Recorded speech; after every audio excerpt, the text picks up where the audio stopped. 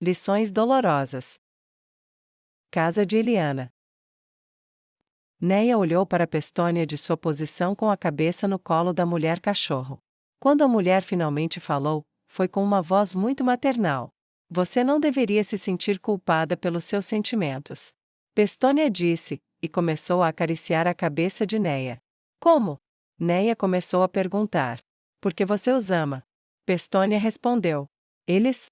Neia perguntou desconfortavelmente. Seus amigos, sua família, aqueles que esperam além desses muros. Pestônia respondeu, deixando sua mão permanecer na bochecha de Neia. Você se sente mal por colocá-los em risco, e você se sente mal por fazê-lo sentir medo por você, quando o impulso te atingiu, e então quando você entendeu como isso os afetaria se você acabasse com sua vida. É natural sentir essas coisas, sentir culpa por tudo que deu errado, pelo que quase aconteceu, até mesmo pelo seu desejo de que tudo acabe. Neia só conseguia olhar para o rosto canino matronal, e, curiosamente, seus olhos de terror não fizeram a criada sequer estremecer. Você pediu para se sentir assim?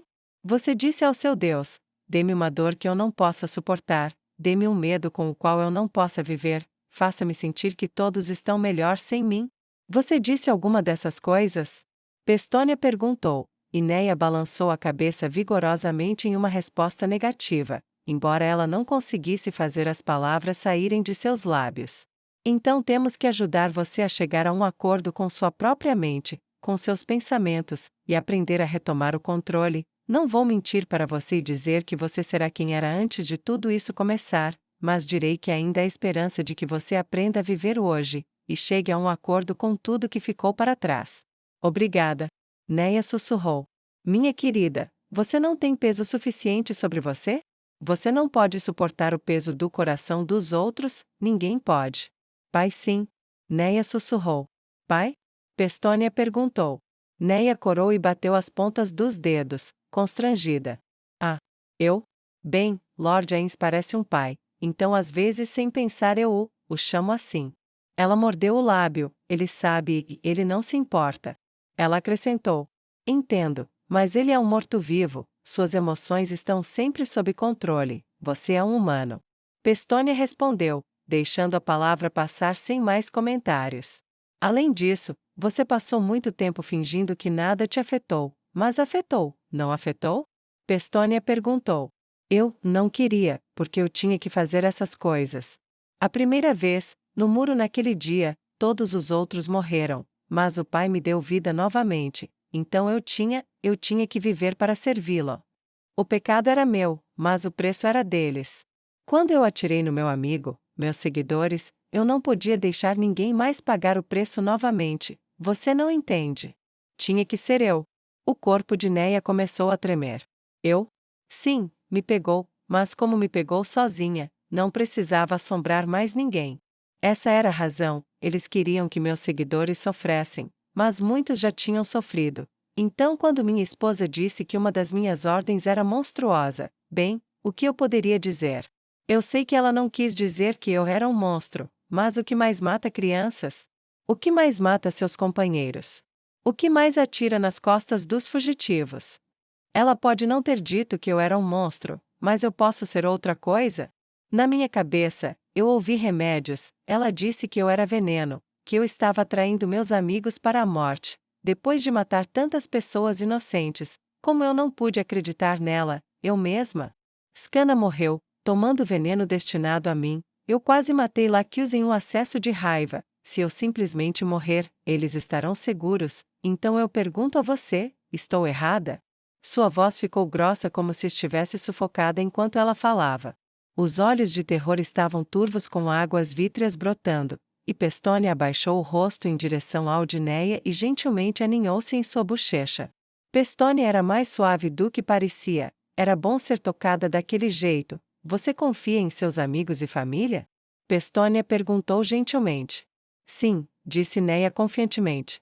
Então, você não confia neles para decidirem por si mesmos sobre a associação com você? Pestônia perguntou razoavelmente.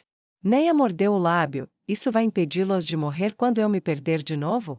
Eu sou um perigo para eles, você já sabe o que aconteceu, tenho certeza que te contaram antes de vir me ver. Neia tinha um sorriso amargo se formando em seu rosto quando disse isso. Estou desmoronando por dentro, e veneno escorre de cada rachadura, não sei o que fazer, mas às vezes, tipo antes, não consigo e não conseguia ver outro caminho além da minha própria morte. Não quero morrer, sei disso agora, mas o que mais há?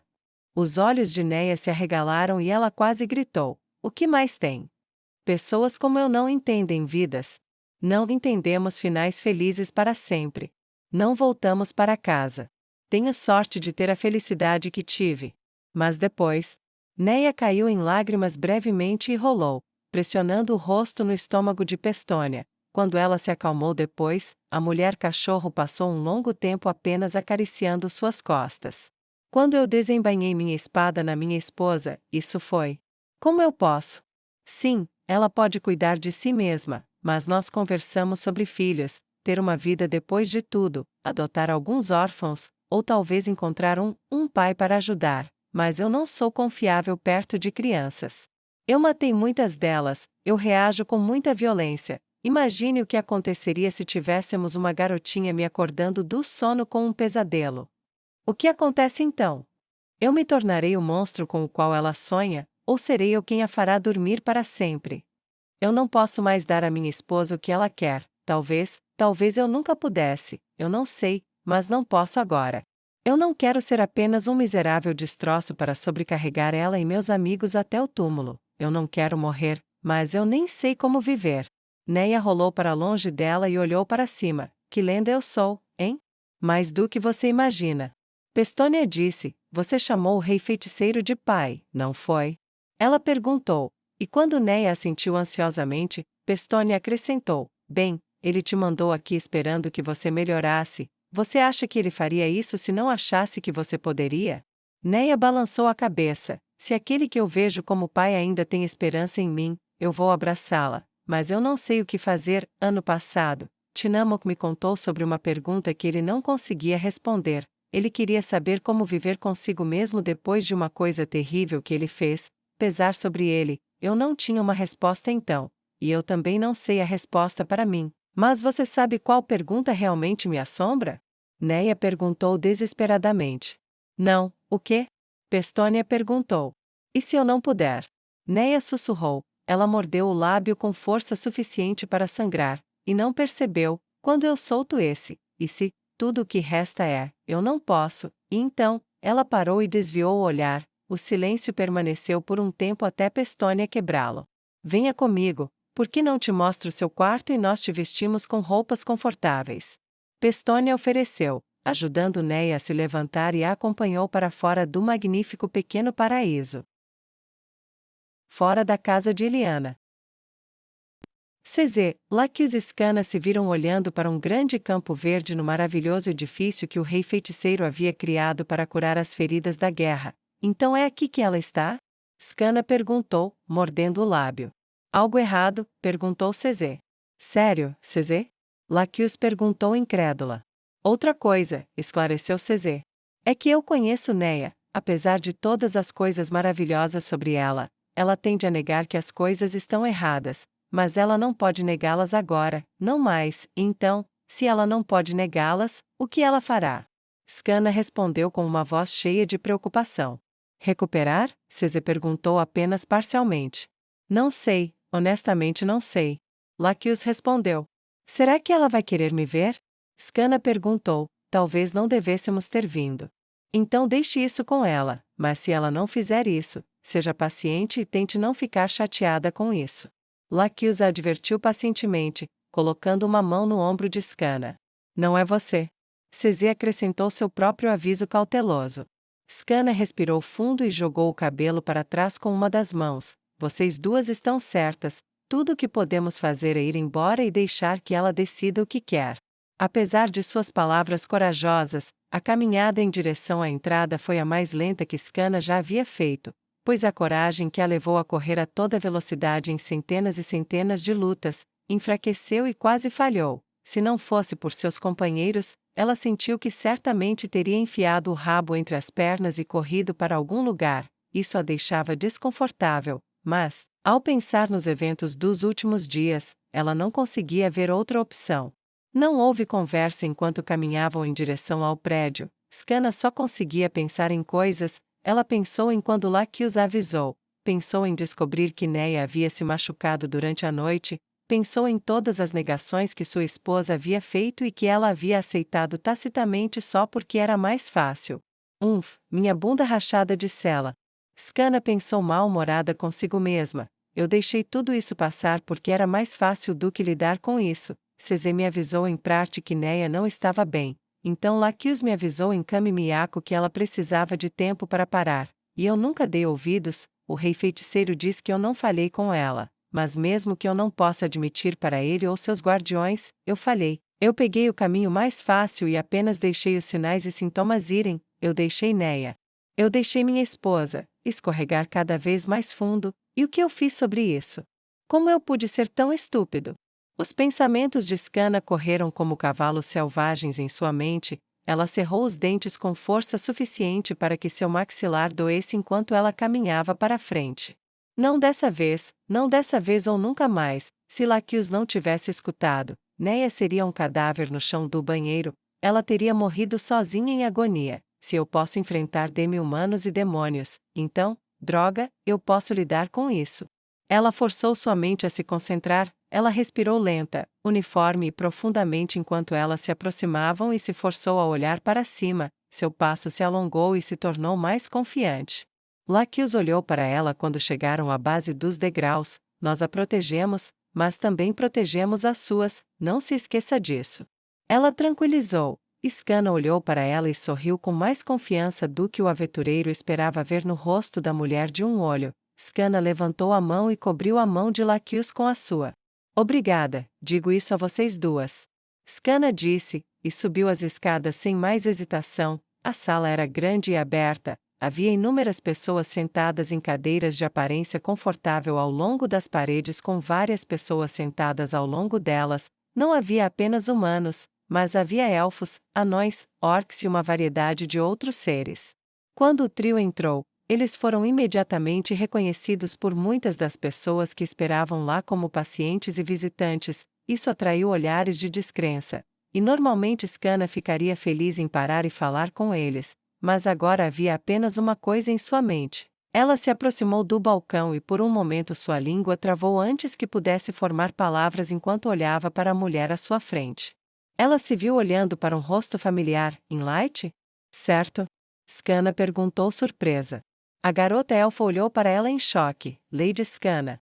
Ela se levantou imediatamente com uma expressão alegre no rosto. Ela correu para longe da mesa, para fora da entrada que dividia a área de espera de onde ela trabalhava, e abraçou apressadamente sua salvadora de cabelos ruivos. Foi um abraço apertado que pegou Lakius e Cezê de surpresa ao ver. Skana abraçou de volta. Estou tão feliz que você esteja viva. Eu não te vi depois, bem, você sabe.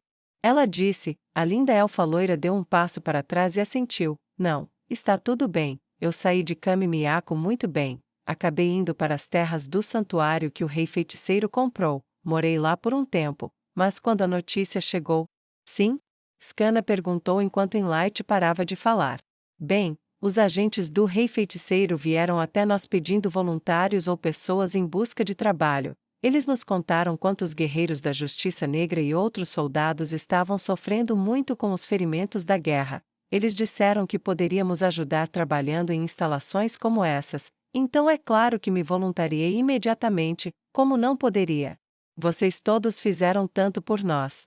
Ela deixou a frase no ar, então continuou. De qualquer forma, eu trabalho aqui agora. Imagine minha surpresa ao descobrir. Bem, suponho que vocês estejam aqui por ela. Sua voz ficou grave e séria. O que ela disse não foi uma pergunta, e o trio assentiu seriamente. Inlight pegou as mãos de Skana entre as suas. Sim, claro. Eu a levei para a área de descanso, mas Pestônia provavelmente a levou para uma sala privada agora. Ela se inclinou para a janela e disse baixinho para outro elfo sentado em uma mesa próxima com uma pilha de documentos. Sabine, eu mesma vou cuidar disso, cubra a recepção para mim. A elfa sorriu gentilmente de volta e se levantou de sua posição. Então foi até a janela onde Inlight estava sentada e tomou seu lugar. Quando Lakius olhou para a mulher, ela notou que, embora seu cabelo fosse longo, como a maioria das mulheres elfas o usava, ele não estava preso para trás, ele estava moldado para cair na frente de suas orelhas. A maioria das elfas não fazia isso. A maioria exibia sua herança e o fazia com orgulho, o fato de ela esconder sua característica mais obviamente élfica. Sugeria que ela estava entre aqueles que carregavam cicatrizes duradouras, seja do tipo físico que se recusavam a curar, ou do tipo mental do qual ainda não tinham se recuperado. Isso trouxe à tona uma sensação persistente de perda, uma que ela sentia desde que os horrores do interior da teocracia Slane foram expostos, mas sobre a qual ela não podia fazer nada além de deixar passar. Parte dela ansiava por falar com a garota. Ela quase se aproximou da janela para oferecer algumas palavras de conforto ou esperança ou algo. Mas ela abortou o meio passo e virou o rosto para o outro lado e de volta para onde Inlight estava explicando coisas para Skana. Sabine era outra que ela nunca poderia ajudar. Em vez disso, ela se concentrou onde podia e voltou os ouvidos para o par também. Então agora ela vai ficar internada, e pelas ordens que Sua Majestade me deu depois de tê-la acomodado, ela deve ter permissão para residência de longo prazo ilimitada se for o que for preciso. Ela pode ficar aqui até que diga que quer ir, mesmo que a equipe já a tenha considerado pronta meses ou anos antes. Eu prometo a você, Lady Skana, não há um elfo neste lugar que não mova o mundo por si só se for necessário. Ela é uma heroína nacional para nós, faremos qualquer coisa por ela, não importa o que aconteça. Inlight apertou as mãos de Skana o mais forte que pôde e sua voz era firme como aço enquanto ela enfatizava o que estava dizendo. Então, agora, se você vier comigo, eu vou te mostrar onde ela está. Não posso prometer que ela vai querer te ver. Eu já lidei com muitos casos como o dela, e você sabe o que é mais difícil em momentos como esse? Inlight perguntou enquanto começava a guiá-las para longe do saguão e por um longo corredor. Não, o quê? Perguntou Cesê. Vergonha, é a pior, pelo menos no momento, do que os sentimentos que a levaram a tentar acabar com tudo, é o fato de que ela tentou acabar com tudo. Apesar de todos os nossos esforços para erudir isso, ainda há um estigma forte e vil contra o suicídio e os problemas de saúde mental. Os decretos do rei feiticeiro contra tais crenças, suas declarações públicas, fizeram muito para erudir isso, mas as opiniões privadas, culturas e educação de seus súditos são muito para mudar, mesmo para um deus. Ela é um bom exemplo. Ela sente que falhou de alguma forma, irremediavelmente. É estranho, não é? Inlight perguntou com uma nota de tristeza e ironia em sua voz. O que é? Lacus perguntou. Aqui temos uma guerreira do mais alto calibre. Ela enfrentou flechas, magia, lutou contra exércitos e até matou o paladino mais perigoso da era moderna. Ela literalmente forçou um exército inteiro a se ajoelhar e começou a esmagá-lo, rasgando sua carne e sangrando. Ela estava pronta para morrer recorrendo ao próprio poder de Deus. Mas ela tem medo de como as pessoas a julgarão por esse único ato desesperado, temendo a morte menos do que o desprezo e o julgamento. Quão estranhas são as pessoas? Ela suportou toda aquela agonia física e tormento psicológico, mas você sabe do que ela estava com medo há apenas algumas horas? Inlight enfiou a mão no bolso e começou a vasculhar um molho de chaves enquanto fazia a pergunta, mas não esperou pela resposta. Ela estava com medo do que sua esposa pensaria dela, o que seus amigos pensariam dela, o que seu pai pensaria dela por tudo isso, mesmo tendo ouvido dele que ele não pensava menos dela, apenas temia por ela, e ela ainda está com mais medo de como será vista e pensada, do que qualquer coisa que ela já enfrentou na guerra. É uma coisa sombria, terá propriamente se tornando uma inimiga.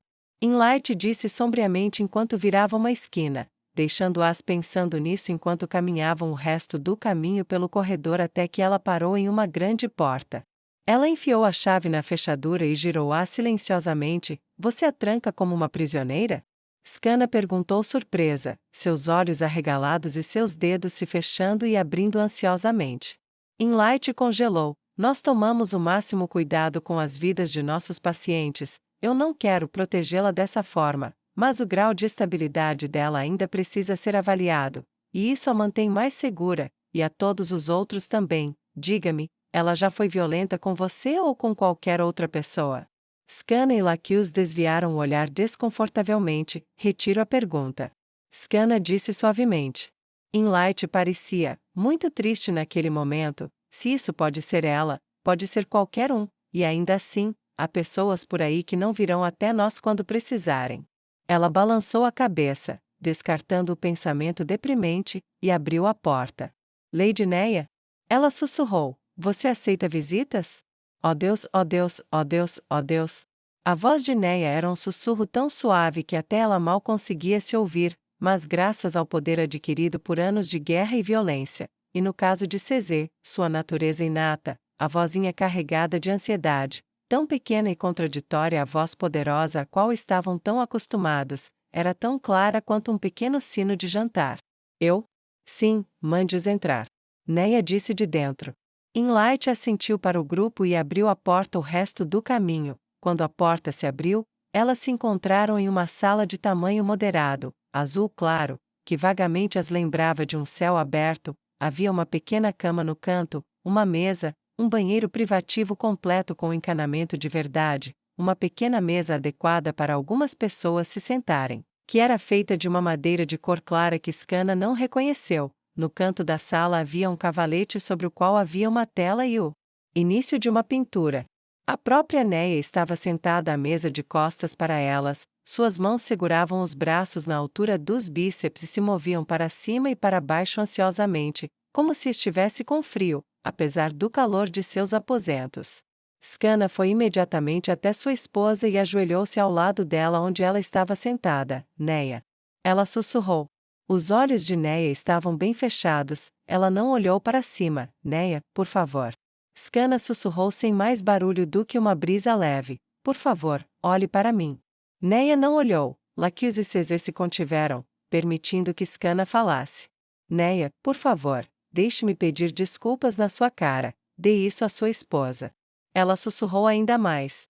Os olhos de Neia se abriram como se tivesse levado um tapa e sua cabeça girou para encarar onde Scanna estava ajoelhada. Sinto muito por ter te decepcionado. Eu não estava lá quando você precisou de mim. Como você precisava de mim, eu sabia que algo estava errado.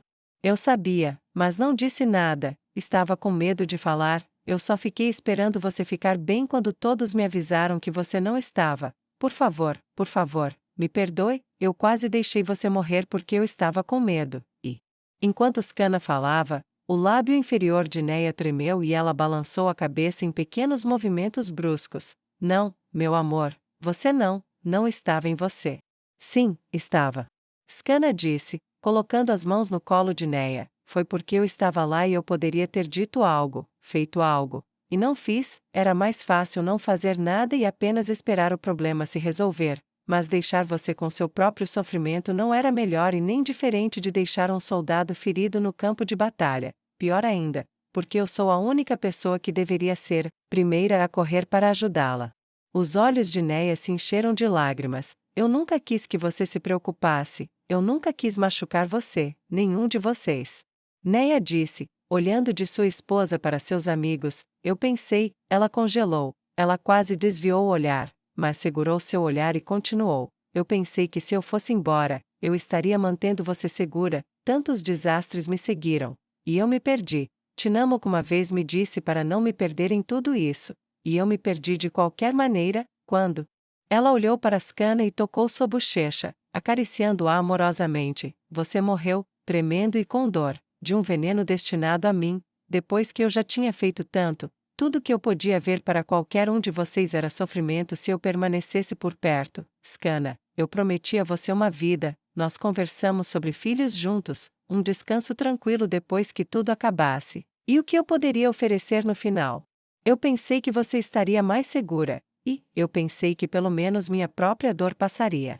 Scanna deixou as mãos de Neia segurarem suas bochechas, então a envolveram enquanto ela deslizava para baixo da cadeira. Ela se ajoelhou na frente de sua esposa e cada uma puxou a outra para um abraço. Talvez nós tenhamos subestimado uma a outra, talvez nós duas estivéssemos com medo, mas isso acaba agora, eu prometo a você isso. Scanna disse, recuando para olhar Neia nos olhos, eu te disse em parte, você está presa a mim até o fim, e eu quero dizer qualquer fim. Se ajuda a saber, nós os pegamos. Laquios finalmente disse, e Neia olhou para ela. Aqueles que... Neia começou. Sim. Cesê disse, interrompendo-a, a maioria está morta. Ela acrescentou com uma pitada subjacente de satisfação em seu tom monótono. Quem eram eles? Antigos leais à teocracia? Neia perguntou. Mais ou menos. Laquios disse, eles eram da teocracia Slane, mas eram uma ramificação de Zuranon. Eles miraram em você esperando que o rei feiticeiro a ressuscitasse como uma morta-viva, e que você matasse um grande número em seu nome, e ao fazer isso, alimentasse sua própria magia. Havia 2 sobreviventes entre os culpados, eles estão agora em Nazarick, provavelmente desejando não ter sobrevivido. Havia um tom surpreendente na voz de Laquios, uma maldade que Neia nunca tinha ouvido nela antes. A mente de Neia entrou em overdrive, eles podiam vê-la se movendo para uma mentalidade tática emocionalmente morta, do tipo que ela tinha quando ordenava a morte das pessoas. Entendo, eles serão interrogados. Provavelmente Vanessa e Demiurgo farão um jogo de quem consegue mais informações mais rápido. Eles identificarão quaisquer outros agentes Uranon conhecidos ou esconderijos, e o pai fará com que todos eles sejam caçados. Dependendo do tamanho, Uranon será eliminado da região dentro de um ano ou menos, exceto por longos desdobramentos silenciosos. Ela parou de falar enquanto murmurava as implicações do fragmento de informação que acabará de aprender, antes de finalmente dar um aceno de satisfação com alguma conclusão não dita. Laquios já tinha visto pensar rápido antes, ela a tinha visto decisiva e destrutiva, mas ela nunca tinha visto um conjunto tão rápido de conclusões tiradas com tanta naturalidade casual. Tal competência automática a deixou feliz por estarem do mesmo lado. Ela olhou para Cesê como se para confirmar seu próprio pensamento, e como se a empregada demônio pudesse ler sua mente. Ela assentiu. Ela é realmente a mesma escudeira de anos atrás. Laquios pensou consigo mesma. Neia, no entanto, havia seguido em frente e estava falando calmamente com Scana. Eu estava envergonhada, eu sei que não deveria estar, mas eu estava. Eu pensei que se eu apenas negasse tudo, dissesse a mim mesma que estava bem, eu ficaria. Se eu me tornasse anestesiada, eu não ficaria. Se eu estava errada, eu não estou bem. A verdade é que eu nem sei se algum dia ficarei. Laquios se aproximou e tocou o ombro de Neia. Nós te ajudaremos em cada passo do caminho. Somos um time, rosa ou não. Você é uma amiga muito querida, e amigos são família. E o objetivo de uma família é ajudar uns aos outros. Certo. Cesê disse com sua sucinta característica. Neia começou a chorar baixinho e se deixou escorregar para o abraço renovado da esposa. Foi apenas a expressão de um pequeno obrigada que lhes disse que as lágrimas de Neia eram de alívio.